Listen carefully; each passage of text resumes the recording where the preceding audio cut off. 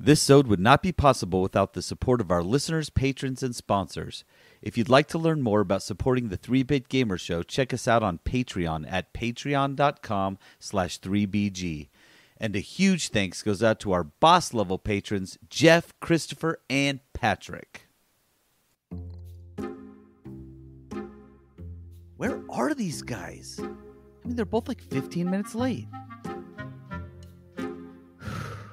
Should I just start without him? No, that'd be crazy, right? Right? Nah, I feel like that'd be crazy. Also, who am I talking to right now? I mean, I guess I'm talking to the audience, but technically I'm just talking to myself. I mean, technically, every solo host podcast is just somebody in a room talking to themselves, hoping that someone's listening. Are podcasters just a bunch of crazies putting all their crazy thoughts out there for the world? I don't feel crazy, but then that's what they all say. I don't know. I guess I'll just start. You've just logged into... Hey, Peterson. Hey, dude. Sorry I'm late. Yeah, sorry, I had a cord. You want to get started? Wait. Are you just talking about yourself in here? Looks like you've been recording for like 20 minutes? Weirdo. Anyway. You just logged into the 3-Bit Gamer Show.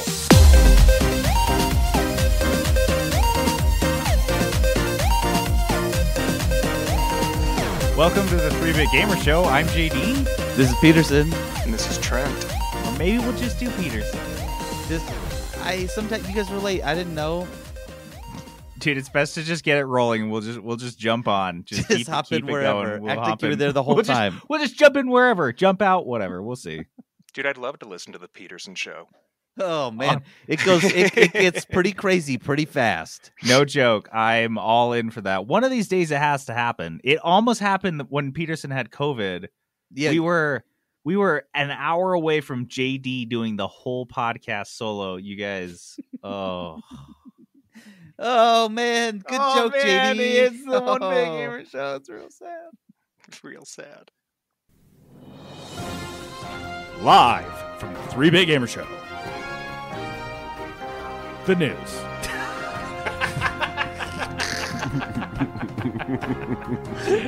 All right. Our news this week, as with all weeks, is brought to us by Crave Cookies. Crave! Crave Cookies is this awesome cookie and soda shop here in Midvale, Utah. And you guys get your tookuses down to Crave because they did something that Peterson and I were kicking ourselves for not recognizing. Really? And not proposing earlier. A German chocolate cake cookie. Are we stupid? How have we not thought of that? What the hell is wrong with us? We're always pitching cookie ideas, So and the stupid. fact that this didn't even cross my mind is very disappointing to me. Ridiculous. Also, the Cinnarroll Pop-Tart is back. Guys, secret behind the scenes Crave news. There is a chocolate chip shortage. And Dude, there is. What? It is the worst. How is what? Nationwide. Now you guys know. How? Like what? I don't get it. It's like the labor shortage kind of spillover. So like the chocolate chip, like the Guittard and the Ghirardelli chocolate chip factories just aren't able to produce enough to meet demand. So like normally we order 400 pounds of chocolate chips a week, and we can't really order more than like 125 right now. Oh we my slow down and gosh. go So back to the... like real secret about breakfast week last week is that was my way of trying to avoid using chocolate chips. Chocolate chips. So You order 2 full grown American adults worth of chocolate chips. Just the fucking chips. Just chocolate chips every week. dude, go through a lot of chocolate chips. Now he has to Frank can individually only buy place them. 150 pounds every 7 days. Oh and my he's like, gosh. God damn it. So 20 lame. pounds a day is just not doing it. He's like, he makes a not cookie enough. and he's like disappointed with it. He's like, this is garbage. Garbage. Don't throw away those. Pick the chips We out. need Pick 4 the chips times out. the chocolate chips. Recycle them. 4 times the chips. So now Trent is adjusting because he's a cookie savant and he is pivoting into things like the German chocolate cake. And apparently that's what the Cereal Week innovation was truly about. Not Trent's respect for I cereal do love culture. cereal. But I just figured it was actual cereal week, like on the calendar I just or something. assumed. Yeah, exactly. If it's not, it's probably some it is week. now. It is now. Oh, yeah. So go to cravecookies.com, folks, and get your cookie on. All right, we have some news. Isn't get your crave on better than get your cookie on? Get your crave. I don't know. Yeah, but get your cookie on is something that people actually say. Oh, I don't think that's a thing.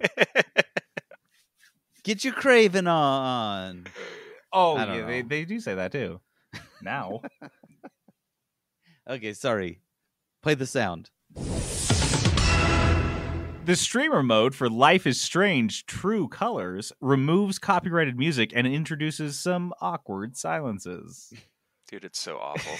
You guys got it. It's such a nightmare.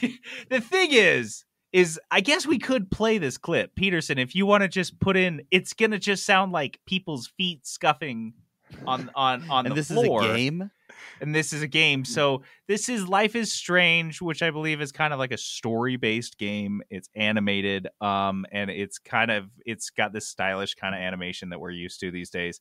They have a tool in this game that is designed to remove copyrighted music so streamers that are streaming this game can avoid DCMA takedowns. Because as we've discussed in past weeks, both Twitch and YouTube gaming, instead of like making some deal with the music industry on these types of songs and stuff to play on their platform, they just decide if this music appears anywhere, we're gonna take down the video. So streamers don't want that. So of course they're gonna opt for this option, right? Because they want to stream this game, and they're going through the story, and you get to the scene. You get to the scene where two characters, I honestly don't know if they're involved romantically. It doesn't seem to matter, because what does matter is they are both going to be dancing together to a Kings of Leon song, which is a real rocker. Oh, cute. And they are just dancing their butts off. And there's no music. There's so at all. To nothing. But they're still dancing. Dude, and they dance, and it's so funny. The I mean, it music's in your honestly is great for marketing, because the streamers' reaction videos to this is like, it was like a whole article of just like endless streamers just laughing like, wait, what? Are you serious? Like, they just had no idea, because, I don't know. So check that out. We'll definitely put a video of that in our Discord so people can enjoy that. Genshin Impact fans say that they are suing devs for changing a character. So this seems like a straightforward Gamer Rage nominee. Thanks to Peterson for putting this one on the dock. Definitely a Gamer Rage nominee. So get this. So Genshin Impact, it is a mobile game, I believe. It's on PC too. It's on everything, but it's one of those games. You know the type. And there was this new character, Raiden, who is, the storm god, not the one from Mortal Kombat, but Raiden was playable in this. They released a beta version of the character to try her out, make sure she was working okay, to get some balancing in there. So people tried her out, and they were like, oh man, she pairs really well with this other character. I can't remember the name. Beto. She pairs really well with Beto. And so while they waited for Raiden to officially be released, they were buying this character that she paired well with and getting them all prepped up for Raiden so they could put together this like ultimate squad. Well, it turns out they changed Raiden's moveset, because that was the whole point of why they did a beta, right? Mm-hmm. It's like test it out. And they changed her whole moveset when they released her officially. And boy, oh boy, these people who spent a lot of money prepping for the Raiden launch were not happy. And now they're suing the studio, or trying to sue the studio that made the game, because they sold them. I don't know. Because they feel like it's like a bait and switch. Yeah. Man, if this lawsuit goes through, what a precedent for every Riot game, every single League of Legends patch, dude, that's ever happened. Every tuning patch. Nope. I bought so many Lux skins and you changed her kit. I swear to God, I'm going to burn down your house. Oh, gee, this is over. I'm so mad. This is over. I don't get it. Like, these people Man. know, they know what the beta is all about. This is not the first time anything like this has happened, but you know this who's guy's really mad. You know who really needs to be shamed here is the attorneys. I was going gonna say, who's the attorney that was like, "Yeah, sure, I'll try this." Yeah, I'll do this. Yeah, I'll take your money, Fun. you idiots. No, that attorney needs to be disbarred. That is just inappropriate. He's like, wait, what are we doing? What, What is yeah, this? The guy was clearly too drunk to know what he was actually Genshin doing. Impact? I don't. Genshin, he's like, none of the things you're saying make any sense. These- All of the stuff you just said, I don't care. Are you going to pay me? Okay. I'll file the dumb lawsuit. Cheaters are already spoiling Call of Duty Vanguard's multiplayer beta. Okay.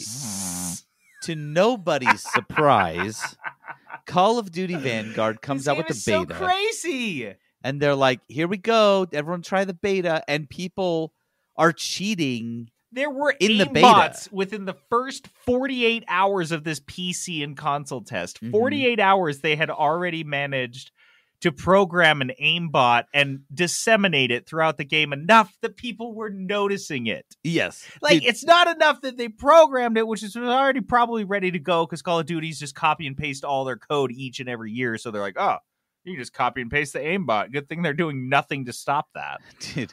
But they were able to just like spread this to enough other hackers that it was just like widespread within 2 days.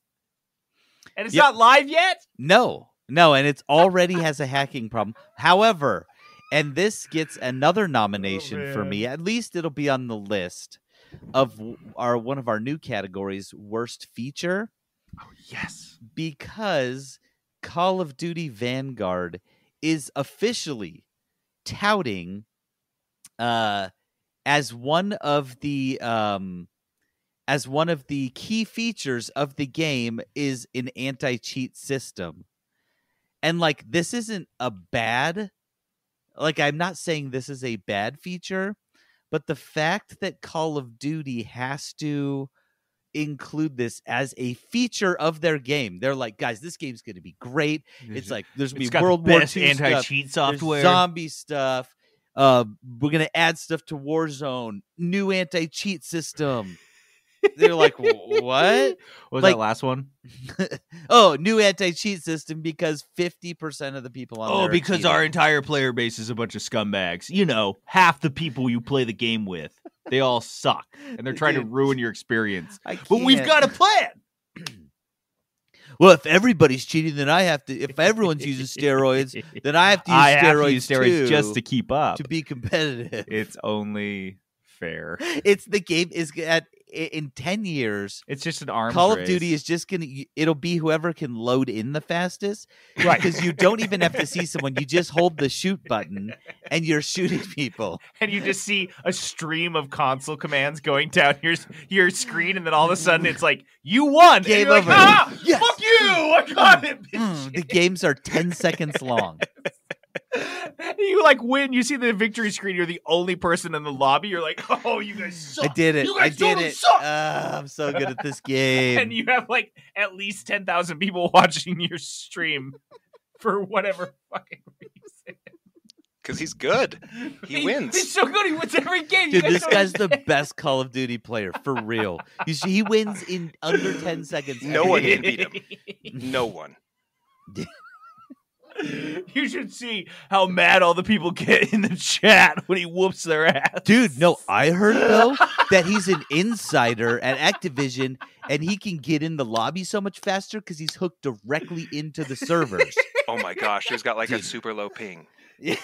Oh. He loads his hacks faster than anyone else. Dude, the professional teams just buy and build houses right next to the location where the servers are. That's all they need to do to win. It's whoever has more money to buy a closer house real near estate. the servers. Are you kidding me? If you have in-person esports with the types of people who cheat at Call of Duty, they would just be kicking over each other's machines. just pulling plugs and dude, shit, nonstop. knocking elbows. He goes. They've got a guy specifically for unplugging machines. That's his just whole role. snapping underwear bands. Just He fucking... walks around with scissors so he can cut It's cords. like a WWE match. Dude, that was an intense match.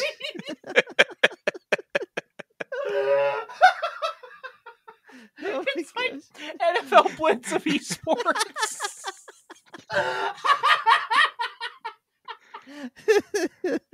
Oh, here comes the other player from the other team.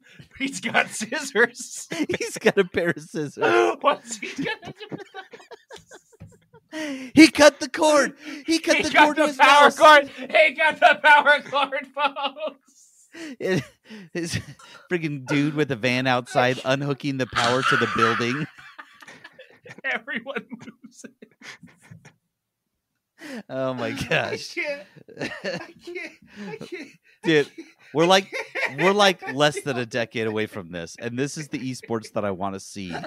More than anything else, I want to see the WWE esports. WWE Sports.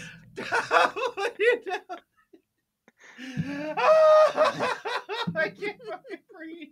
My stomach hurts so bad. I don't know why this imagery just gets me. This got you.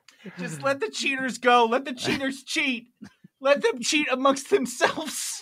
Just in one big pile of shitty cheaters. That's the solution. That's the solution.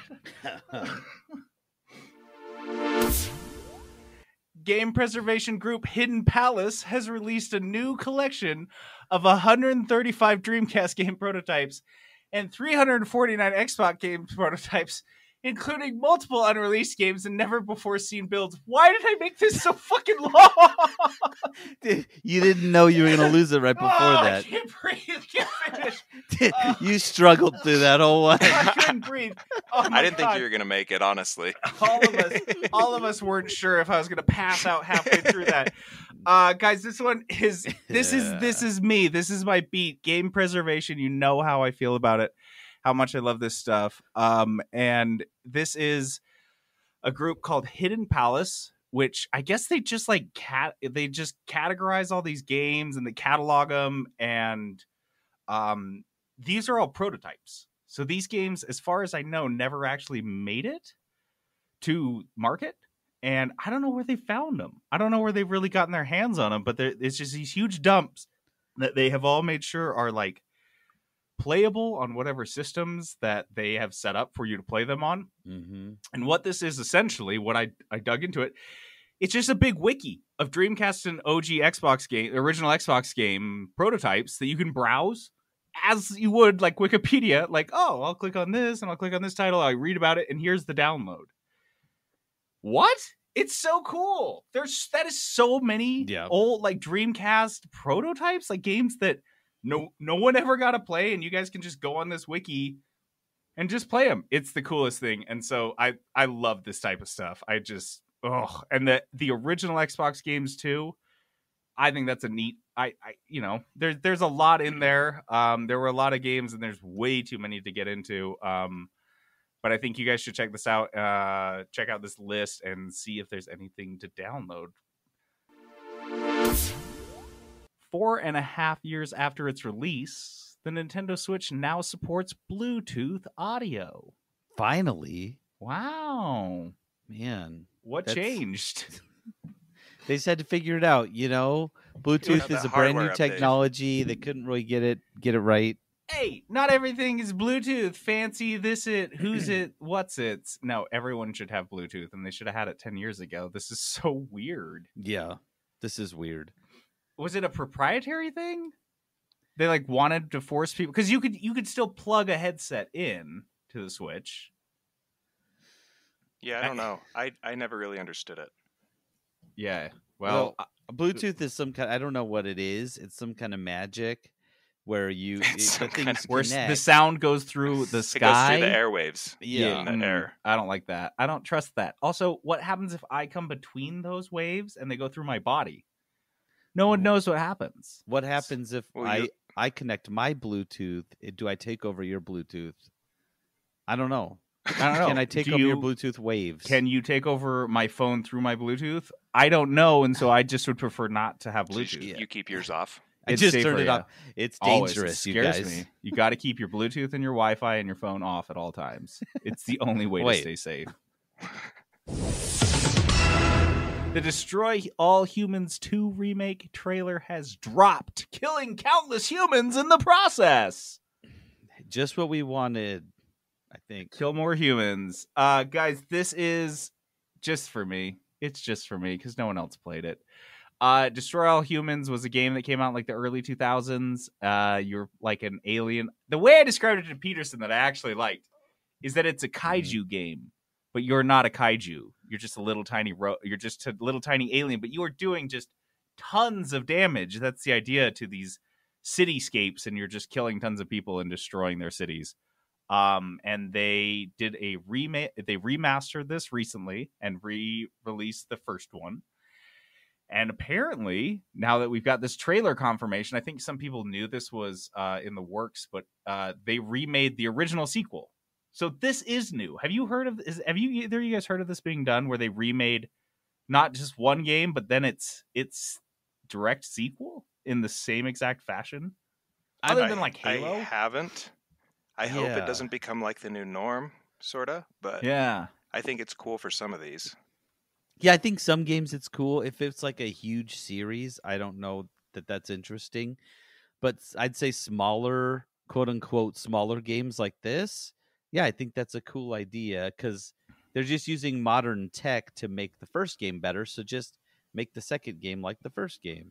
Right. I'm actually way into this just for like Trent said, I hope this doesn't become like the norm for everything, but I think for this specific use case, I really, really like it because I think the idea of having the developers that work on this first game and then the second one, they basically live the whole development of the same original two games and learn how to build those games and what went into them because they're using like the same voice acting and everything. And so like they're getting the same humor, they're doing all the same animations and stuff. And then according to an NVIDIA leak that seemed to show that there is a third one in development, I think that third one will be an original Destroy All Humans title with that awesome foundation they have built making these first two remasters. That would be cool. Yeah, right. I like that. That's kind of where I was at. It was like kind of like if you did like Tony Hawk 1 and 2, the remaster, and then you use those same bones to build a Tony Hawk sequel. So you use the remasters to like build the hype for the title, and like a completely new game. Yeah, yeah, I like smart. that. That's cool. So that's what I'm hoping for because there was after the second Destroy All Humans, there was like a shitty Wii title that like no one played and it was kind of crappy. And they were going to port it to like the PSP and they were going to port it to this and they were going to port it and they just didn't. And then it just sucked. And then they had another one. The last one was called Path of the Furon. And it was so panned. Like if you go on the Wikipedia page, like the scores are like 1s and 2s out of 10. My. Just like, yeah, like really, really panned. Not So good. there's no way they're going to remaster that one is what I'm saying. They're not going to remaster those two. So if they are in fact right, this NVIDIA leak is correct, then they are going to hopefully have a completely Make it a original new one. Destroy All Humans one. So that's what I'm hoping for. That'd be cool. Cyberpunk 2077's Night City has become Ghost City. Night is scary. That's where the ghosts are. So Well, that's not where any of the people are. Following a recent trend, the latest update for Cyberpunk has reduced the crowd and vehicle density in the latest patch 1.31 noticeably in order to improve performance. So Guys, fewer people on the streets, fewer cars in the streets. they're slowly undeveloping the game. dismantling the game. Yeah. We're just going backwards now. It's like a social experiment. Yeah, no, I actually really like that. This is mind-blowing. reverse building the What's game. the commentary that they're doing here? It's like it's all a loop, or like what are we doing? So they like built it all and then they're like undoing it, and then Uncyberpunking it's gonna be like a 8-bit game pretty soon. This Dude. Cyberpunk Minecraft, where you're Hey. walking around with your little cyberpunk pickaxe and you're digging in the cyberground. Dude, it's gonna be a wireframe. There's not gonna be a ground. It's just gonna be like implied. I just, dude, And then you're gonna have to write the code yourself. Oh, you want to play this game? You're gonna have to code your way out of this thing Here's we some made code. you. Get in there and put it in there. Well, hey, they made it wet again. At least they made it wetter again. Oh yeah. This same patch. I think that's what they sacrificed. Is there like the last patch they released? Everyone's like, oh, why isn't it wet anymore? And they're like, oh, we took out the wetness so the game would perform better. But you want it to be wet? You want it to be wet? Okay, sure. We'll take all the people and cars out of the game. It'll be as wet as you fucking want. Yeah. And so now there's no cars or people, but it is really damp. So you can have one. Oh, you want the people back? Well, then you don't get walls. So we have to take out something. That's exactly what it is. Just one thing every patch they're going to remove one piece of the game. The player base is just going to become trolls just to see how far they'll take it now. Yeah. It's both the developers and the player base are trolling each other, seeing how far they can take it. Oh, really, guys? Okay, well, say goodbye to your sky then. You guys are gonna hate this. Just like no more lights. It. Just you black. Be in the dark now. Everything's just gonna be black. You gotta have your flashlight out the whole time. Oh. IKEA is launching a dedicated line of gaming furniture and accessories. For everyone that's always wanted to build their own gaming furniture. You can build it now with IKEA. Okay, I don't love IKEA. Like, I don't like a lot of their products. They have some good stuff. I hate going to the store more than anything. But I did look at these products and it was interesting. Like, there's a lot of good ideas in there. And so I'm kind of in for that. Like, they've got like the corkboard wall. There's like a wall you can set up as you can set up hooks, kind of like your tools in your I kind of like that, like the wall rack. It looks surprisingly like cool. It looks way different than I would have expected it to. Yeah. I'm sure it's not like the best quality, but I don't know. I mean, my desk right now isn't the best quality, so whatever. Right. I really like that corkboard thing. That's cool. That's just the thing is like gamers are kind of stuck with buying crap right now. Yeah. Like there's a lot of just crap that they have to buy because you buy a gaming desk at like on Amazon and that's what it's just going to be like corkboard and just going to be garbage.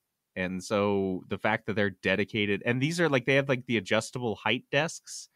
They have like lamps. I don't know. It seems like they've got some really good stuff. So and so the back wall, like we were saying, is like the pegboard where you put hooks in so you can hang up your headset, you can hang up your different components or whatever, your different hardware pieces. You can kind of put them up on a hook on the wall. So I don't know. I kind of like it. I like that more people are getting into the gaming space. So I can't complain about it until I check it out. Because the more we have, the more competition we'll have. And then we can stop having these shitty gaming chairs that are such garbage that people just, it's like a con job. Like gaming chairs, they're just pieces of crap that are just like, they look nice to appeal to gamers. And if people like, if IKEA manages to just roll out like a standard one that like, every gamer's like, oh, it's super comfy and everyone has to get this chair, that will inject some competition in the market. They'll make $1 million. The guy made $1 million. So those are in the stores in October. And if you're in Utah and you're lucky enough to have an IKEA nearby, if you're not and you're in the rest of the Mountain West, well, we'll see you in Utah because it's the only fucking IKEA. Join us. Come to Utah. We're taking over IKEA. EA is going to stick with loot boxes for FIFA Ultimate Team 22, but they're adding preview packs. What a nice concession. Yeah, I think that's really nice. If you guys remember, FIFA Ultimate Team FUT is the game where you buy a bunch of packs and you build your ultimate soccer team out of those packs, because they have different cards that have players in them, and then you draw more rare guys and some guys that are less rare, and you just throw them away. And then there's the legendary version of the rare guy, and there's a legendary version of each of the guys. It's a huge mess. Yeah, and so basically it's just like people they've made digital baseball card packs, and then they've incentivized people for buying a ton of them. And you have to spend real money. And in June, under increasing pressure from governments, children welfare groups, and gambling charities, EA added the ability to see what's inside of the FIFA 21 loot boxes before you buy them. Wait, there's gambling charities? Like, do they give you money for gambling? They help you gamble, yeah. If you run out? Yeah, well, that's that's what a gambling problem is, right? When you run out of money. Yeah. So the Ultimate Team preview packs let you see all the specific items in the pack before you decide to buy them with FUT coins or FIFA points. He's saying FUT.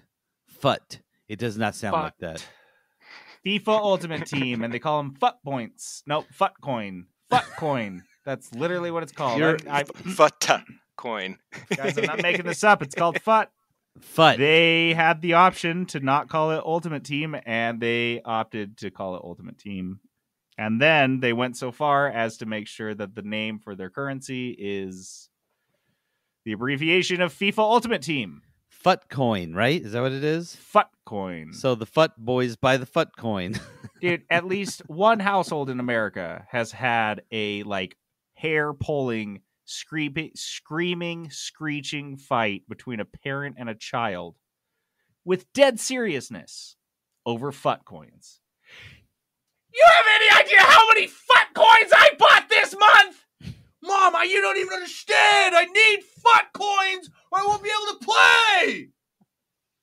And both of them were just screaming FUT. I feel like I'm going to have to bleep this whole section. You might have to. It does not sound because like you're saying man, FUT. people are screaming in Fortnite over, or what are they called, V-Bucks? Yeah. Same argument. I mean, I have seen these fights, like breakdowns, meltdowns in Best Buy where kids want their mom to buy them V-Bucks cards that are sitting there. But for some reason, the FUT thing doesn't coin. sit right with me. I don't like it. I don't fucking like it. Anthony Mackie has joined the cast of the upcoming live-action Twisted Metal series. There's a Twisted Metal series? Why didn't anyone tell me What? I didn't know. So I did some digging. Apparently this was announced in February. Which might have been 6 years ago. February of 2021 was what, 6.5 years ago? I can't even remember that far back. No, my brain doesn't even retain memories really well anymore. It's just kind of one big mud. It just gave up. Just kind of a gray mess. Should I go to the hospital? No. The mess is telling me normal. Don't go to the hospital. Everyone else's brain's doing it too. So. I think we're all like this now. And we're like this forever.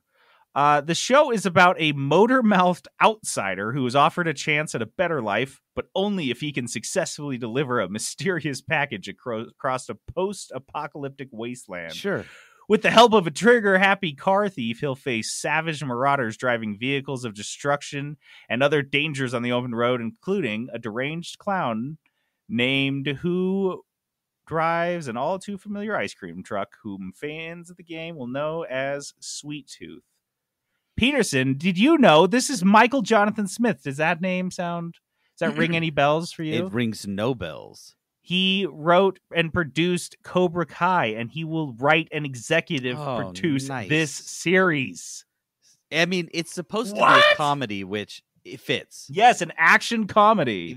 So that makes me feel better, because if they were trying to be like, serious, that would be, I don't know. It's like funny Mad Max. That's what we're going for, is like a Mad Max comedy. Comedy Mad Max meets what's that game where you're the delivery guy? Paperboy? No. Tight ref. The one with Norman Reedus one. Oh, Death Stranding. Yes, Death Stranding. Don't bring that into this. He's a delivery guy. Don't sully this. This could be good. What you're proposing is bad. I'm not proposing. I didn't make this up. Just don't summon Hideo Kojima anywhere near this. You said okay? his name. I didn't say any of it. I alluded to it. Too late you now. guys He's said already it. tweeting about it. Fuck. It's also the original take, so it has nothing to do with the actual canon, if there is any, of the series. But it's also involved are the writers behind Deadpool, the two guys that wrote Deadpool movies. So it's got to be some good? good. Yeah, it has to be good. Mm-hmm. And it's Anthony Mackie, who, if you guys don't know his name, he's the new Captain America, and he was also the Falcon, and the guy that Eminem just rap battled into the ground in 8 Mile. Duh. He is. Yeah, I just watched that the other night too. Papa Doc. He's Papa Doc. Yeah. What? Well, I know what I'm watching tonight. Annie didn't know the mom spaghetti reference, so we had to watch the whole movie. Oh, yeah, you can't just explain that. You have to watch the whole movie. Yeah, no, he plays a young man named Clarence in that film. Wow. Oh my gosh, I didn't even know. You have to go watch it. It's great. God of War Ragnarok will wrap up their Norse storyline with the next game because games take too damn long to make.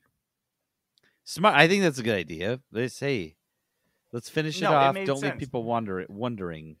This is director Corey Barlog, and he thinks that based on the development timeline for the first two new God of War games, this whole series would take 15 years to tell the story. If you guys remember, the first three God of War 1, 2, and 3, I think they were all released within 4 years of each other on the PS2, which apparently was so easy to develop for, you could just do it in an afternoon, I guess. Not anymore. No. Not anymore. And so I think this idea that, so basically if you're not familiar with God of War, the first 3 games are set in Greece and the Greek pantheon of gods that this guy named Kratos is killing. And then he kills them all. And it takes him 3 games to do it. And then this reboot, he just kind of wakes up in, not wakes, he's been living there for a while, in basically the Norse. It's in the mountains, in the Norse land.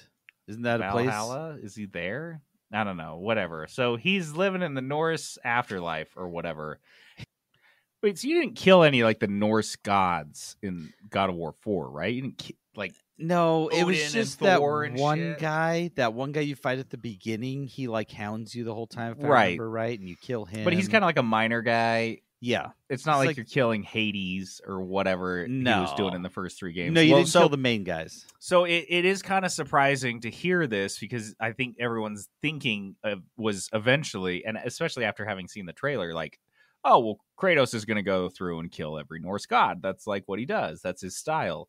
And I think what they're saying is that may not be his style. He may have changed a bit, and they're going to wrap this storyline up with him. Maybe he'll kill Thor. Who knows?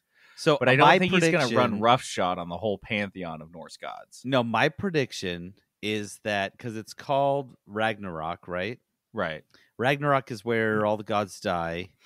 Mm-hmm. My prediction is that he is Ragnarok. Right? So because in the trailer he's trying to avoid Ragnarok, and he's like, nope, his son's Loki, and he's like, we don't want you anywhere near this.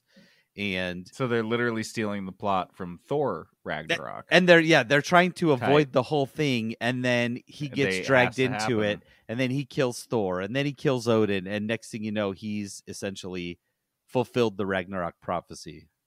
Beautiful. Well, I'm stoked, and I have been saying this. I don't know if this would be. I honestly don't know because I just don't know that much about Hinduism. But I don't know if it would be so dope if that could be the next area he goes. Did they go? But I think the Hindu gods could, or just just think of the scenery in whatever. Yes. Oh my There'd God, be some that would be crazy so stuff because it would be awesome. Aren't those some of the old? Isn't that one of the oldest religions on Earth? And they just have there's so many, and there's so many gods, yeah. And I just think would be so tight for the God of War having, dropped by two different, God deity. Maybe his pantheons. son takes the mantle, and he becomes the new. He just God Loki's killer. around. Yeah, could be cool. The Pokemon trading card game is now playable on mobile devices. Finally, I'm so stoked. Wait, maybe Yeah, it's dude. not now playable. I'm so sorry. It's that's going just to a be straight up playable. lie. It's going to be playable. This Trent, it honestly doesn't it look the same like when we used to play it like 10 years ago? Did you look at on it? the computer? Yes. Yeah, it is, but it's just never been on mobile like this. It's so crazy. So if you guys are unaware, there is an actual fully digital way to play the Pokemon trading card game. You don't actually, if you want to just play the game, you don't need to go buy all these card packs and stuff. But when you do in real life, you get a card and you can scan it and get some cards in the game. Cards in the game, which is so baller. So yeah, this game, and honestly, the biggest barrier to entry to this game was the fact that it was just like on PC only, which is like, it's cool kind of, but like long term, that's not a game. That's a game I want to play while I'm like sitting there watching. And if I remember correctly, Trent, didn't we used to sit there on our laptops and while we watched like shows at the JPad? Yeah, dude. And we'd play this on our laptops. Play Pokemon. But that's not like, no one wants to watch Netflix and like with the laptop on their lap. They want their phone. And this game is so perfect for that. It's because so perfect. Gonna get JD back into mobile gaming. Back into mobile gaming and back into the trading card game, which is way more dangerous. Come back. It's nice here. Welcome I know, back, you have brother. A big old bag of cards we need to just dig in and sift through. All right, let's move on.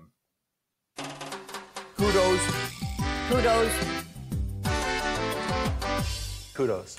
All right, Kudos is our positivity segment. We like to give a shout out to something that we're into, and I'll just kick it off because, guys, did you see the new Matrix Resurrection trailer? I saw it. I didn't understand it. I had to ask you about it, and then it made sense. Then I had to watch it again, and then I explained it to Peterson. Mm-hmm. Yeah, because I didn't watch it, so I went to Reddit to have the same experience you did, and then I just basically summarized what Reddit said and sent it to you. Thank you. Yeah, it's basically bringing back Keanu Reeves to play Neo and different guy to play Morpheus.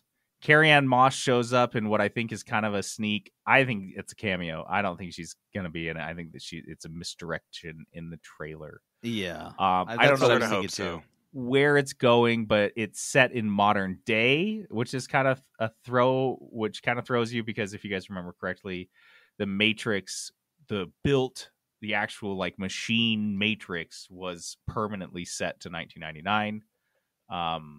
That was like the whole shtick with the Matrix. So the idea that it would be in present day, you're like, wait, what's going on? It just looked wild. It looked weird. It looked crazy. I'm gonna see it. I don't care. I don't care if I have to go get coronavirus in a theater. I'm gonna go see it. I have to, dude. So I'm so stoked. So kudos. I'm excited for it. Do you know when it comes out? Happening again. No. And if I December. remember December before 22nd. Christmas. Yeah. December of this year? Yeah. Wow, that's how'd they keep that under wraps so long. Oh man, I can't wait to see it. So yeah, I'm super stoked. Do you guys have any kudos? I have one. It's a quick one. I found this snack on Snacksident. I had to. Sorry. I found this snack just while I was at the grocery store picking up some stuff for a dinner I was gonna make. Goldfish jalapeno popper goldfish. Ooh, baby. I was like, this sounds gross, and then I was like, no, it doesn't. So I like walked past it, and then I turned and I was like, nah, I'm gonna get it. So then I grabbed them because they're limited edition. Mm-hmm. And so I didn't come into it having any expectations, and I am fully obsessed with these. Once I start eating them, and I love goldfish, once I start eating, I cannot stop. And normally when I eat goldfish, I eat like 1 or 2 at a time. These, I kid you not, I will like pour 5 or 6 into my hand, toss them all into my mouth. They're really good. Dude, I'll tell you, there's something about like jalapeno cheese snacks. I was They're just all gonna good. Yeah. What is it? Because I don't know. the jalapeno Cheetos, like I'm the same way with Cheetos, Peterson. Like So I'll good. just stack on Cheetos, whatever. If I get those jalapeno Cheetos, I can't get them in my mouth fast enough. They're so good. I'm like gonna bite my finger because I'm shoveling them in my fucking mouth so hard and so fast. I always want them to be bigger too. They're always like kind of small. When you get and one like of those real jalapeno cheddar thick ones, Chex Mix is delicious. yes. What is it? There's something in jalapeno, and So yeah, I'm in on these for sure. Dude, try them, Gotta get especially it. because they're limited edition. So you got to try it now. I am gonna go buy like 10 bags because I You never honestly know. they You don't were want another so hot good. and spicy situation, right? You know We wanna what? talk about You don't that. Why wanna would you get- bring it up? Why Gives would me you bring it up? nightmares. We were thinking it. You didn't have to say it. I'm so sorry. I'm so sorry. Let's do this next thing. Oh my god, the first impression rose. All right, first impression rose is this lovely segment where we take a game out on a date. And Peterson, you had a 2-on-1. Mm-hmm. So I Tell had us- 2 games. Tell us about your 2-on-1. I'm excited and- about this because I didn't get to, so I want to know. Yeah. So this is 2 games, and they're both a similar situation.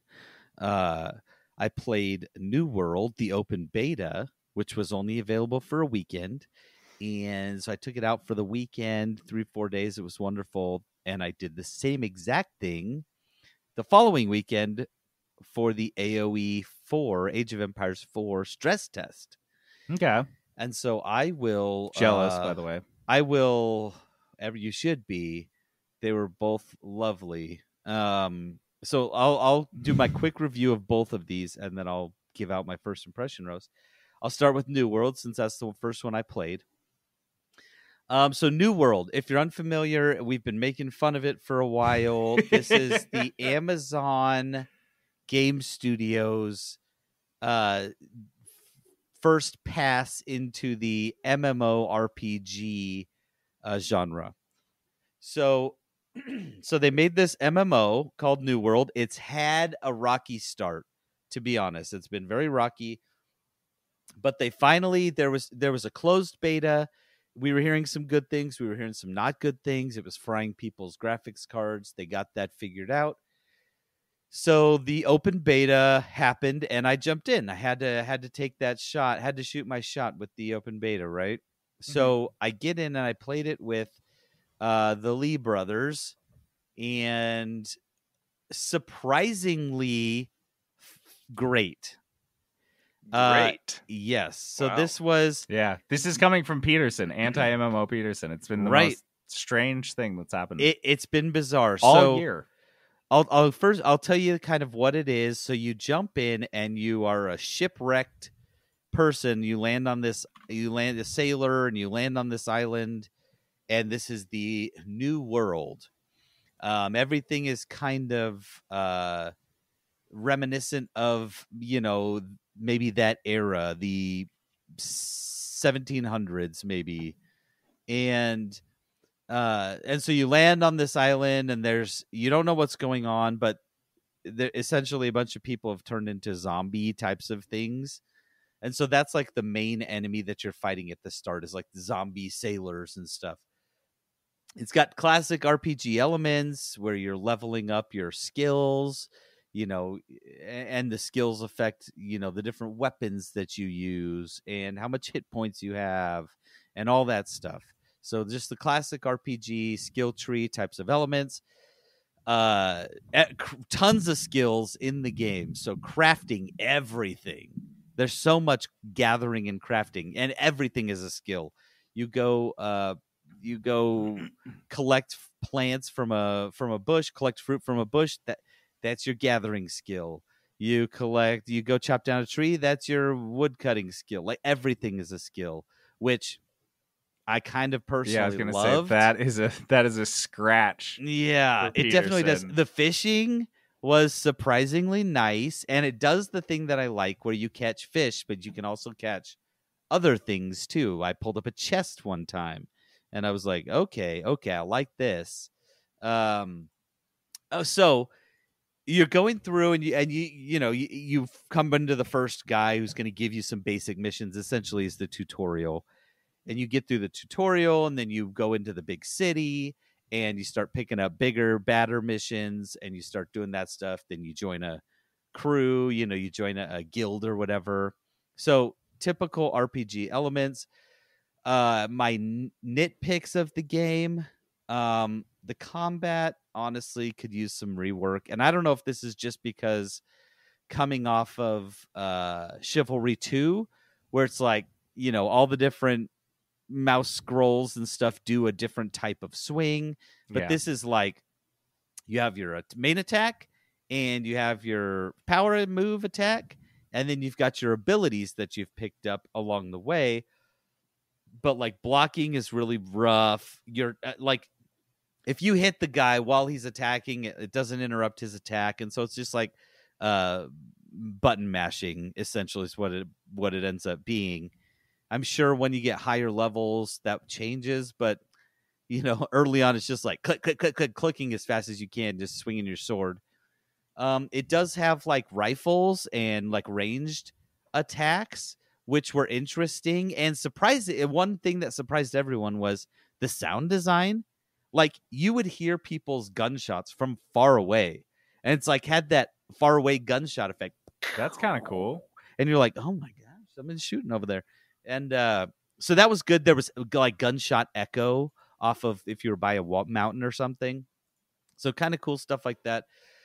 But the fighting was okay. It wasn't great. I wasn't super impressed with it. The audio, as I mentioned, was good, but also the only like bug I encountered was sometimes mid combat the audio would just stop completely, and it was like jarring because there's so much audio happening and good audio sound design happening, and all of a sudden it's silent, and silent? you're like, yes, it just goes silent until that fight ends, and then it comes back. So I don't know what that was all about, but it was jarring. You're just ringing in your ears.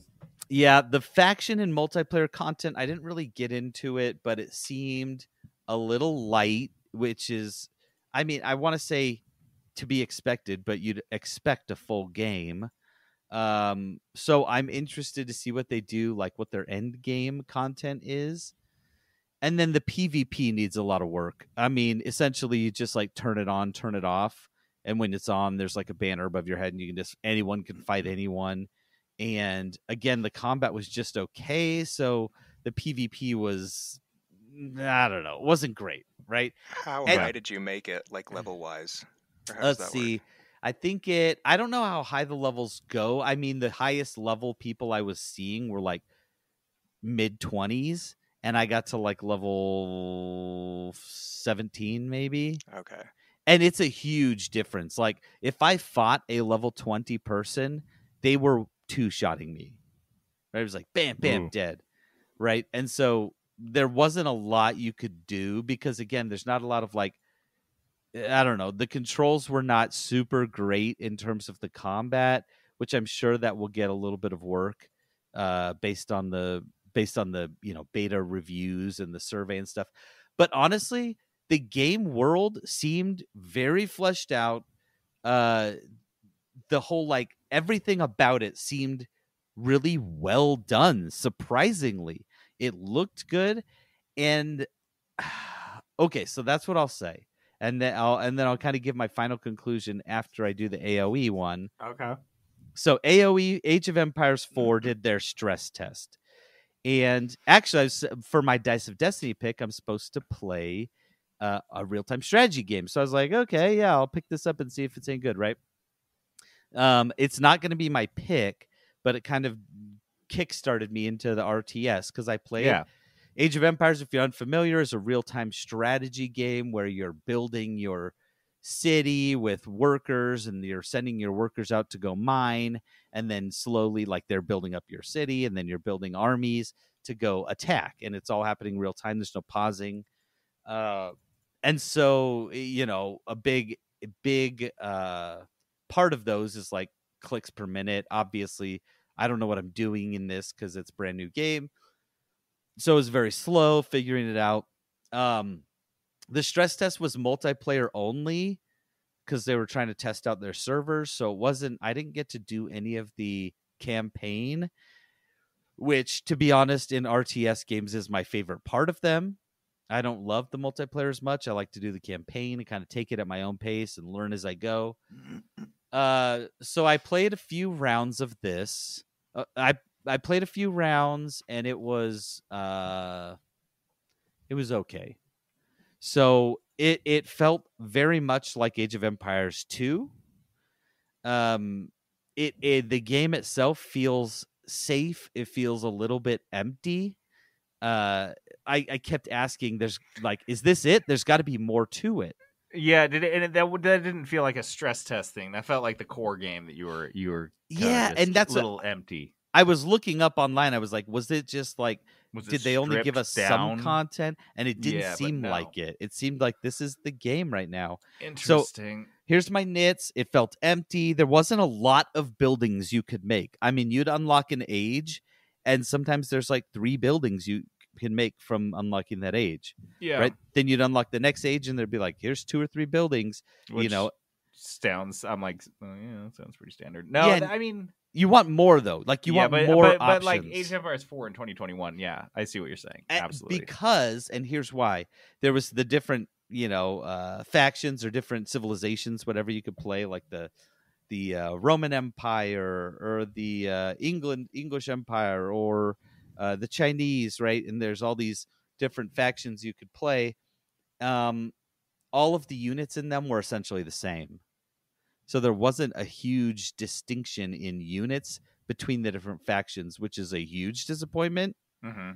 Because it doesn't matter what faction you pick, really. I mean, there's slight differences in like the build tree or like what you can make for each of them, but essentially you're making the same exact units. Everyone is. There were some user interface issues. Like, for example, I upgraded some of my units to use morning stars, and it never indicated anywhere if they were or which units actually did that. Like, it was just gone, and if I wasn't paying attention, I wouldn't know which unit I actually upgraded that on because there was no way to tell. So little stuff like that. The zooming in it was pointless. It was like the worst zoom. It was really, you like zoomed out and it was just a tiny bit. Yeah, and then you zoomed in and it was just a tiny bit, and it was like, what's the point of even this existing? That's weird. Because, and why I wanted the zoom to be better, especially zooming out, because the mini map was actually useless. There would be so many markers on it that they'd be sometimes overlapping, and you're like, well, I can't tell what any of that is, and I can't zoom into the mini map. So like it would get to a point in the game where the mini map was completely useless. Like it was unusable. All of your allied units just showed up as the yellow team. So when I was playing with Steven and Ryan, I couldn't tell whose guys were what or whose city was what. I couldn't tell the difference because they were all yellow. And the biggest, and this is just a stress test thing, but okay, in The Office when they're watching the TV screen and the DVD thing is bouncing into the corner. The whole time there are some like the words technical stress test in like a early 90s font bouncing around your screen the whole time during in-game and everything. Yeah. Because they did not want anyone to mix up that this was like release footage. I couldn't do that. You know what? Okay, so you could get used to that, like eventually, but it made you crazy because it never hit the corner. It didn't actually ever hit. Like it was nonsense.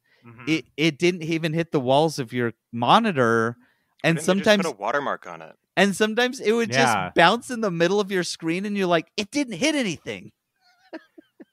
Goodness. It was. Well, I guess Trent, with a watermark, you just put your stream. You could put your stream over it, dude, and then they'd be like, and then you could convince people that it might not be stressed. Yeah, I guess, but like I've seen like big ones in the middle of your screen. Like that's crazy. Yeah, that makes me think honestly, Peterson, that is pretty empty for the stress test. If they think it's that shitty that they had to put a basic disclaimer on it, maybe it will be slightly. I know better. that's Anyway, my only hope. So Yeah. that being said, I spent some time with both of these games. AOE, I played 2-3 rounds, and to be honest, I had fun playing them, and I was like, ooh, there were some interesting things in there, like capture points that you would capture and hold, and if you held 2 or 3 of them, you would win the game. If you held them for 10 minutes, you'd win the game. So there was like different ways to win. So there were some interesting things. I played 2 or 3 rounds. New World, though, I played for 10 hours. Wow. And when the beta was done, both me and Ryan Lee were both like, man, I really want to play New World some more. Like really jonesing for New World. Dude, So you're going to get hooked on an MMO. I have to give 2021, anything can happen, Trent. anything can happen, you guys. So I have to give my first impression rose to New World, the New World open beta, because I am on the game releases at the end of this month. And it is $40, and 100% I'm gonna buy it and play it. Even if I only get, 50 more hours out of it, that's worth it. And so New World's got to get my rose because I really enjoyed it and I want to play it more, which I definitely can't say the same for Age of Empires. I'm interested, but I'm not going to dedicate myself to it. Dude, I love that. I'm surprised. Mm-hmm. Yeah, I think we were all kind of surprised. I'm surprised too, to be honest. I thought I would hate New World as much as I hated, what was that one game? WildStar. Don't talk about it. Wild I'm going to try New Star. World too, though. I have New to. WildStar. I think you'll like it, Trent. I really do. I hope so. Well, if everyone's playing it, I might have to. Or I'm just going to quietly just build stuff myself in Valheim all by myself. For another 2 months. For another 2 months, just hanging out. All right, let's do your game devs. Do you believe in compulsive buying, Peterson? No, Why not? because I don't like the idea that I'm not in control of the things I buy. I know exactly what you mean. Let me tell you why you're here.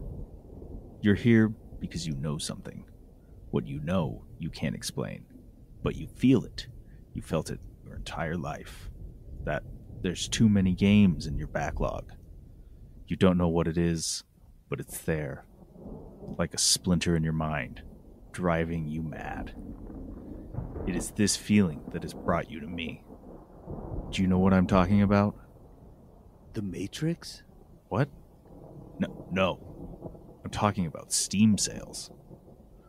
Steam sales are everywhere. They are all around us, even now, in this very room.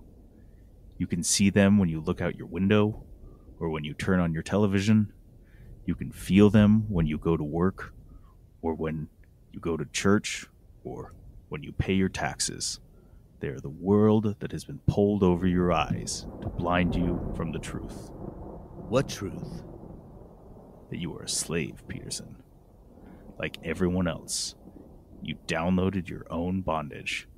Downloaded a prison that you cannot smell, taste, or touch. A prison for your wallet. Unfortunately, no one can be told what Steam sales are. You have to see them for yourself. This is your last chance. After this, there is no turning back. You delete that Steam sale email, and the story ends. You don't add any more games to that gigantic backlog. You add those games to your cart, and you stay in Wonderland, and I show you how deep the rabbit hole really goes. What's with all the Alice in Wonderland stuff? I was too lazy to change it. Remember, all I am offering is the truth. Nothing more.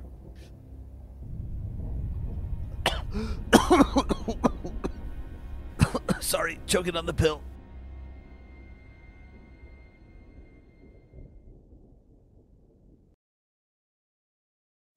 Dear game devs, it's been nearly a fortnight since I last wrote. Mother is well, and much has changed back on the farm. But I have just one request of you. All right, Dear Game Devs is this segment where we ask game developers to do something for us. And this week, because we're talking Matrix, and we got Matrix on the brain. Matrix week, brain. Matrix brain. That's just a thing. right into the back of our skull. This week we are asking game developers, hey, game devs, make this Matrix game. Make this Matrix game we want for us, please. Yeah. Hey, do it. What are you doing? Just make the it. game that we want. Make it right here. So what do you guys want? What do you guys want in your Matrix game? I want a Matrix game. No. So you go first, JD. I want to hear your ideas because you're gonna say mine are stupid. That's rude, but You're gonna say mine are stupid. Or are you gonna be like, oh, they already made that game like you did last time? Oh, the game already exists. It hurt my feelings when you guys were like, oh, you're saying exactly the plot of the movie Pixels. And I was like really excited. You know what, dude? That movie was a long time ago. So It was like 4 years ago. You're so right. It's time for Peterson to reboot Pixels, just like they rebooted Spider-Man 3 times in a decade. It's time for another Pixels. People have forgotten about Adam Who's the new Sandler and Kevin Sandler? James's. Who You. is the new Sandler? Yeah, you. Oh, guys, I can't fill those shoes. That's clown shoes. Okay. One of the things that I think would be core to any Matrix game, but I don't know how. Look, but you got to have an open world, right? You got to have the city. It would feel wrong if you were if you had real constraints. It did when the very first Matrix game. Trent, do you remember that? I do remember that. Was it Do on you remember? Xbox? Yes, Trent and I played with a couple other dudes. Enter the Matrix, which was the first Matrix game that came out. It was pretty great. It was pretty good. You were always trying to do these specific codes, but it was really an action adventure game that was like very on rails and linear, where it's like go down this hallway, down that hallway, now this hallway. Like it's very straight forward, and that was the worst part about the game. It's just a bummer. That's not Matrix. So yeah, I would need an open world, like a big city in any Matrix game you make. Mm-hmm. Yeah, agreed. Okay, so for mine, I have to have a gigantic, and I mean like the biggest you've ever seen in any game. It has to have a gigantic skill tree. Because in the Matrix, you can have any skill. You can learn anything. Yes. But you can just download those skills. Here's how you limit that. Okay. Because you'll have to which would again make the game more replayable, right? Just like tons of different skills. But here's how you do it. It's time-based because you learn the skills, but you're still like spending a little bit of time in the system learning them. Right? That's why Neo can't learn like everything because they just don't have enough time. Yeah. So it's all time-based. And so it depends on how much time you have. So like you will, I don't know how they do it. Maybe there's levels, and in between levels you are like how depending on how fast you did it, you can have more time to learn at the end or whatever. I don't know how that works, but it's got to be time-based. And so the more time you can spend on certain skills, the better you are at them.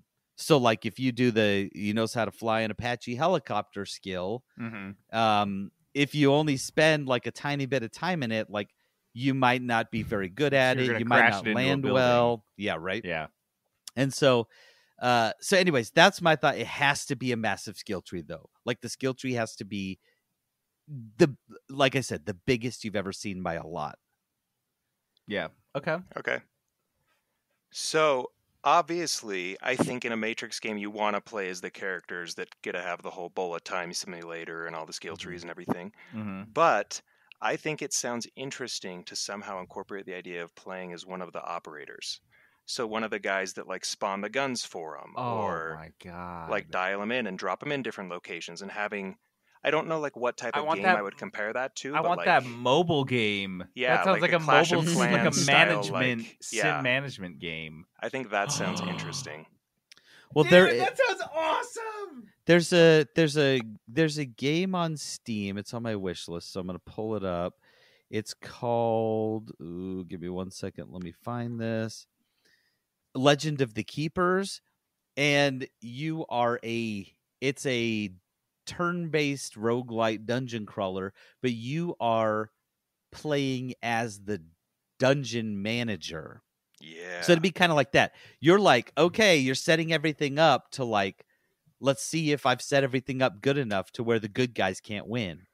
Yeah. Right? Dude, just imagine a game where essentially you're like a surveillance officer, because like you're sitting there at your console or whatever, and then you get a little alert and someone's calling you, and you click it and they're like, I'm here. And in the film, the operator, like Trent's talking about, will be like, all right, let me look at the map. And they're looking at a street map, like plan of where that person is. And they're looking and they're like, okay, here's the exit. You got to go down this alley and like turn left.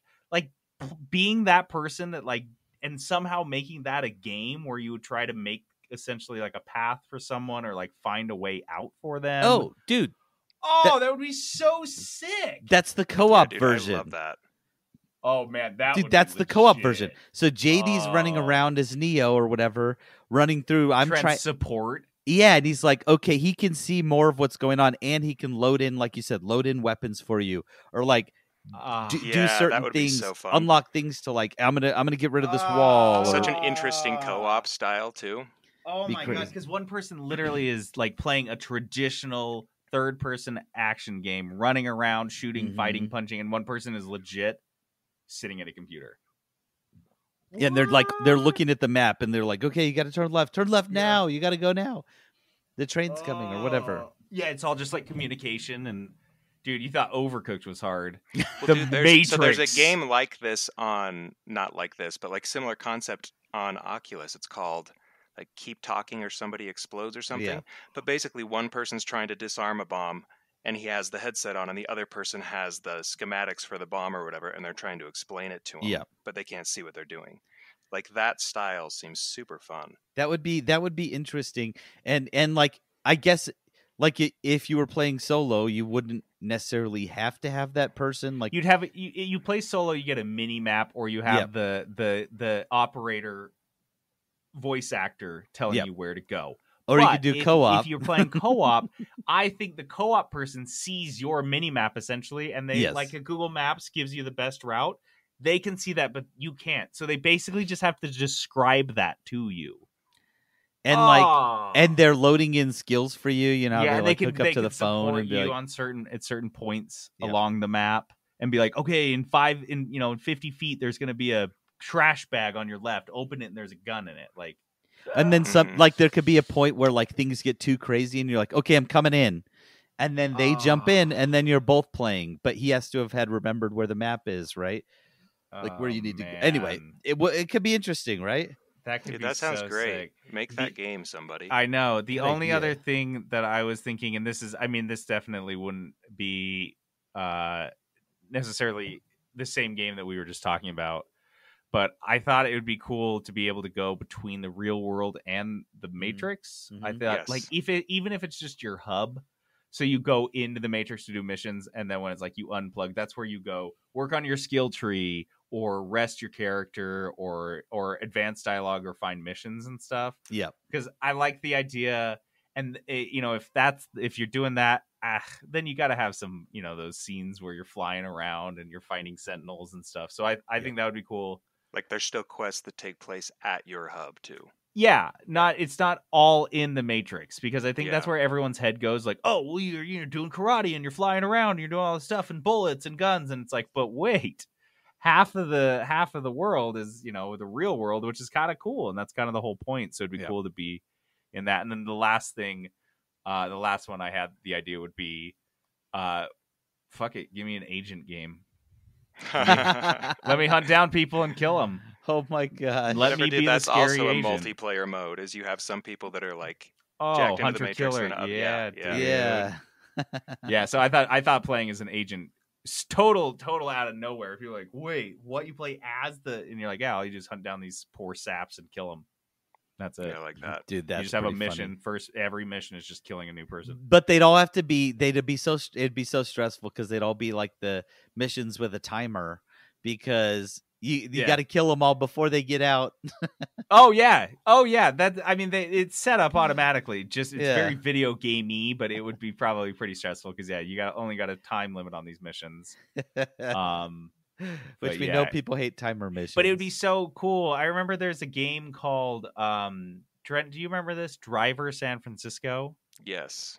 So the whole game was it was like an open world driving sim set in San Francisco, and you could drive any car in the city. But they didn't want, you'd have to do what you do in Grand Theft Auto, which is get out of your car, run to the other car, and get in it, and then drive it. And so what they did is they introduced this mechanic where the entirety of the game took place inside of a coma patient's mind. So it was all make-believe. So they just hand-waved the whole mechanic of the entire fucking game, which allowed you to teleport out of one of the cars at any given moment. You're driving a car, and you just go, and you basically take go over out another of the car. brain of, and it pauses time when you're doing this, and then you go into another person's car and into their And brain. you can do it even while you're moving. You can do it while you're moving, so you can set up these crazy things because you Oh can my be gosh. simultaneously driving a couple cars or whatever. And I think that could be sick as an agent. That type of mechanic, to be able to body hop. To body try hop? to kill, but you could body hop. You'd have, you'd be able to call police reinforcements. You'd obviously have all your skills and weapons. I think That's an funny. agent game sounds sicker than a normal one, and it'd be easier to do because you don't need to worry about the story. You could set it in the first Matrix game. No story needed. He killed just an agent killing a bunch of normal unplugged people. Okay, well, next up we've got this cute thing, and I can't wait to see what Peterson does with it. You're welcome, game devs, for all our ideas. You're welcome for all the things we told you to do. You're welcome, game devs. Some cheesy, Is someone gonna stop me? carnival music behind it, and you're good. This is the placeholder intro to this segment. Hold on, I'll write the whole song right now. It's called "You're Welcome, Game Devs." I just Can you heard just the whole say "You're song. welcome, game devs" over and over? Yes, I wrote it down now though. Okay, let's just start this. All right, You're Welcome, Game Devs. This is a new segment that obviously we just came up with on the fly. We didn't guys, put too much thought into it. We've if had you the couldn't song tell. for a while, just not the segment. Yeah, the song came first. Jonathan came up with that a while ago. We designed the segment around it. So you're welcome. Hopefully the guys, segment works because the song is a hit. The song is smash hit. We have been doing Dear Game Devs for 3 years now. Mm-hmm. And guys, we've been cashing in. And Dude. we really thought it was about time we started taking score. Yeah. And so we're here taking score. Because when we say, Dear Game Devs, do this thing, and then they fucking do it, we're not getting credit for those. We should we're but not we getting haven't it. Take credit So here. we're gonna take it. If you're not gonna give it to us, we will take the credit and disseminate it amongst ourselves. So I think we deserve credit. And game developers, you are welcome. This week, you are welcome. Hey, you're welcome, game devs. Hey, game devs, you're welcome. Ooh, that'd be a good one. Listen up. Stop doing intros. We already have It's it. just the segment started 4 minutes ago. I'm still fixated on it. You guys are welcome, game devs, for giving the Star Wars license to everyone. Guys, we asked game developers, we said this. This was a while ago. We're like, just give the license to Star Wars to everyone. Just let them go hog wild on it. They'll make out of some misses. EA's They'll make hands. some hits. Some we will just be want good. more. Some will be hits and shits, as Peterson likes to say off the podcast. It is one of my favorite lines. curses like a sailor once the episode's done, but on he keeps it clean as a whistle. So yeah, there's been a ton of Star Wars games that have been either announced or rumored or released or announced that they're in development since we told the game developers to do this. A couple just off the top of my head, the KOTOR remake that we discussed, which is not being made by EA. Star Wars Hunters, who's making that? Do you know? No, but It was EA. neat. No, it was That's the like Overwatchy clone, right? Yeah. yeah, it was the who's the Zynga. Oh yeah, Zynga. Dude, Yeah, Zynga is making a Star Wars making game. a game. Guys, they took us right at our word. When we're like, let anyone make it, they're like, what about Zynga? And then they listened to the episode again, they rewound it, and they're like, they said anyone. So we'll give Zynga a shot. I'm reading a story that says there's like at least 5 games in development. There's rumors of a ZeniMax game. ZeniMax are the guys that own Bethesda. Wait, they don't anymore. Fuck, what is ZeniMax? ZeniMax was just the publisher for the US version of like ESO or something, wasn't it? Or not for their MMO. I don't think they owned it. Oh, I thought they were doing. Oh well, ZeniMax used to own Bethesda, but I don't know what they do now. They're an American holding company. Oh no, Microsoft bought ZeniMax and everything underneath them. Okay. So yeah, so it would be essentially a Microsoft-owned Star Wars game. And then don't forget, there's still ongoing EA titles. They didn't take it from EA. They're like, you guys want to keep making shit? Yeah, like, go good for luck. it. Keep going. You just aren't going to get a monopoly ever again because you blew it. Here's the games that we know about. Of course, Lego Star Wars. Ubisoft is making one. Star Wars Hunters. Star Wars Jedi Fallen Order 2. Knights of the Old Republic remake. The Mandalorian. Star Wars The Force Unleashed 3. Wait, I didn't know that. What? Yeah, dude, these are... They're making a Force Unleashed 3? Mm-hmm. No, they are not. I loved that game. Yep. Let's see. Oh, that one's a rumor. But That's rumors, gotta be. There's no way. Well, because they didn't finish the story, is what it says. Yeah, but that is a rumor that's out but there. the story Dude, I was just got so excited non-canon. and so disappointed so fast. Yeah, Look. Peterson, you just broke some fucking hearts on this podcast, man. That's rough. Are they going to do another Battlefront game, do you think? Battlefront They 3 is rumored as well. Yeah, dude, they really... Thanks, guys. But anyways, the rumors are out there because the games are getting made, right? And then there's one on here, Quantic Dream. We just found out Quantic Dream is making a Star Wars game. So these are the guys who make Detroit Become Human. And now they're making one too. They've got a Star Wars game in development. Like, just everyone's doing one, and that's exactly what we wanted. We put that out into the ether. The ether accepted it and made it reality. What a time for Star Wars. What a time. It's about time. I feel like Star Wars hasn't done anything for a long time. Yeah. This is the world that they wanted, all the Star Wars geeks wanted in the 80s. And they're like, why aren't you doing this, George? Why is this? It was all concentrated to one thing and one thing only, the books. Yep. The books were doing what they wanted, everything, which is... Dude, and the books were great. The books were great. But now they're exploring these stories in video games, in limited series, in animated series, in animated films, in Lego games. It's just like, this is a huge universe.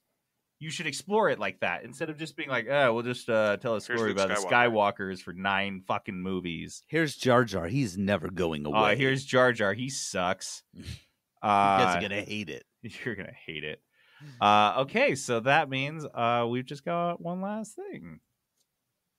Dice of Destiny. All right, Dice of Destiny is this awesome little game we play at the end of every week. We have a 6-sided dice we roll to see who is responsible for rolling the Dice of Destiny. A 20-sided dice with 20 different game genres assigned to it.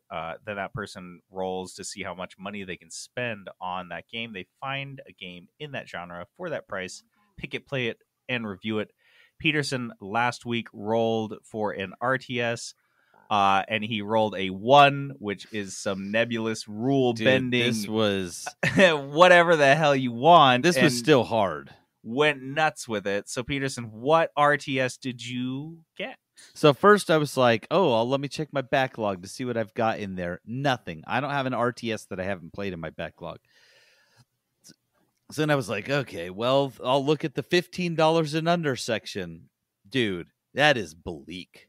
There's not that many, and because I feel like unlike other games where indies can kind of come in and make a smaller version of it, like an RTS is just, it's a big game. There's no way around it. There has been some that have come out but I've played them, right?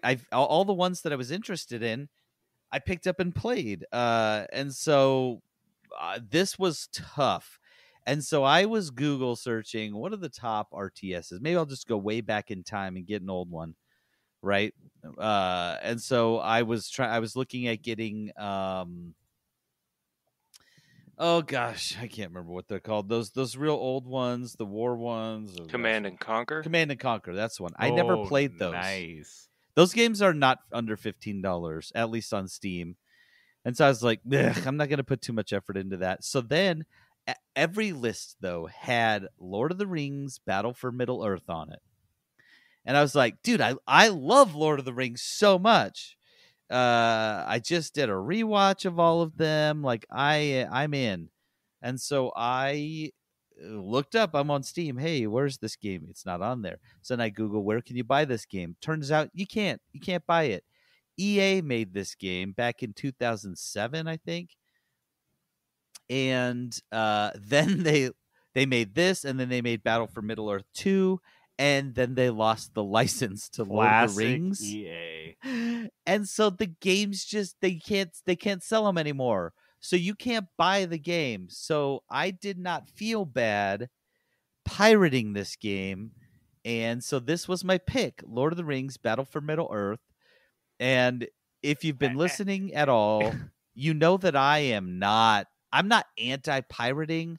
This is just too much work for me. Anti the inconvenience of pirating. Yeah, 1,000%. I was like, I got to figure this out. So, and this Buying is like a game is just a convenience fee. Yeah, yes, dude. it really is. Peterson is proof of the theory that every single person is just a criminal in waiting that just hasn't had the opportunity yet. And I got to give Peterson's opportunity. I got to give a late show kudos to the Battle for Middle-earth community, because they have made the download of this game, which should be pretty hard, very easy. Step-by-step guides with all the files. Here's all the files. Put these on your desktop. Here's what you're going to do step-by-step. If you encounter this error, no problem. Just type this in, open up the file, replace this one with, like, it was like so step-by-step easy that I had no problem with it. So kudos to the Battle for Middle-earth community. I'm about to join you because that's my Dice of Destiny pick. Nice. Did a great job. Okay, well, I'm looking forward to your review of this game, because what a dope experience. And if you like it, dude, and you're like into it, I'm gonna do the same thing. I like the opportunity of playing a game that is like unavailable. Yes, can't buy it.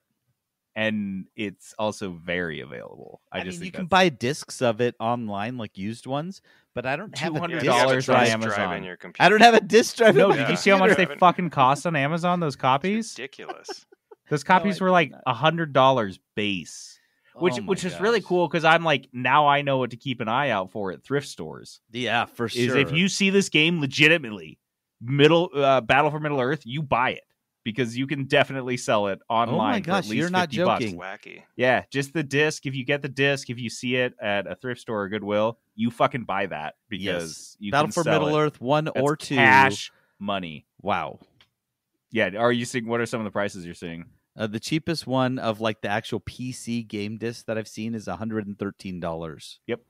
So now you guys know there's just gold out there waiting for you to pick up. All right, that does it for us this week. Thanks for sticking with us on, I think it's long. Yeah, I don't know. I can't tell anymore. Play us out. We've got some music from The Matrix. Or is it? Or whatever Peterson decides to do, because I have no control, because we're recording remote. Sad love. All right, I'm JD, logging off. This is Peterson going AFK. This is Trent signing out.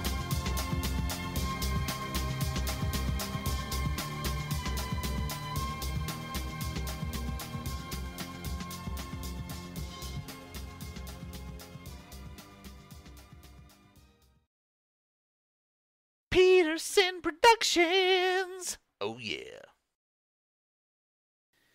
Well, there we go. Another episode in the books. Another f***ing episode in the dang books. And now I need to spend a bunch of bullshit time editing because these motherfuckers can't stop in the piece of mics. Like a bunch of